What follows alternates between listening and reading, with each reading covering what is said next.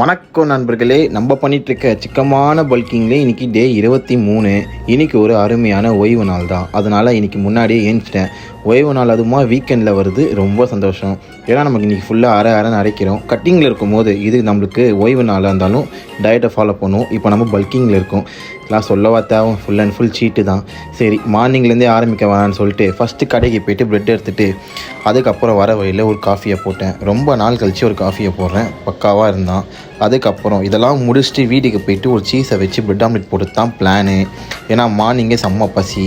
But அதை வேணாம் ஒதுக்கி வச்சுட்டு வீட்டில் இருக்கிற பழைய சோடு எடுத்துகிட்டு 2 ஆஃப் பாயில் போட்டு கதையை முடிச்சிக்கிட்டேன். நம்ம ஃபஸ்ட்டு ஒரு ஃபோன் வாங்குவோம்ல, அப்போ ஃபோனை வாங்கி ஒரு கான்டாக்ட் சேவ் பண்ணுவோம்ல, அந்த கான்டாக்ட் கால் பண்ணி வா வெளியே போகலான்ற மாதிரி சொன்னான். சரி, நானும் இறங்கி வண்டி எடுத்தா எந்த ஒரு கற்பமூச்சி கண்ணு போட்டதுன்னு தெரியல. லெஃப்ட்டில் இருக்கிற காது காலி. வீட்டிலேருந்து பக்கத்தில் போனால் அங்கே ஃபுல்லாக மியூசிக் கான்செப்ட் டான்ஸு கின்ஸு நடந்தது. சரி, அங்கேருந்து வேற ஒரு கடைக்கு போயிட்டு ஆர்டர் பண்ணி சாப்பிட ஆரம்பிச்சிட்டோம். தேவையான பொருள் எல்லாத்தையும் ஆர்டர் பண்ணி சும்மா அரைன்னு அரைச்சிட்டோம். திருப்பி ஜிம்லேருந்து கால் பண்ணிட்டு ஜிம்முக்கு வான்னு சொன்னாங்க. ஒர்க் அவுட் போட இல்லை, இன்றைக்கி நம்ம கேட்டியாக்கா பர்த்டேவா, நமக்கு சாக்லேட்டு அதுக்கப்புறம் ஐஸ்கிரீம்லாம் ஆர்டர் போட்டு சாப்பிட ஆரம்பித்தோம். அவங்க டயட்டு போல், ஸோ அவங்க சாப்பிடக்கூடாது. அதனால் அவங்க பங்கு நானும் சேர்த்து சாப்பிட ஆரம்பித்தேன்.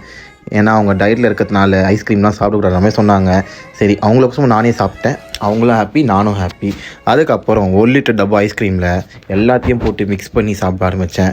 இவ்வளோ சாப்பிட்றேன்னா இன்றைக்கி கண்டிப்பாக ஜுரத்தோட படுப்புன்னு நினச்சேன். அதே மாதிரி படுத்துட்டேன்.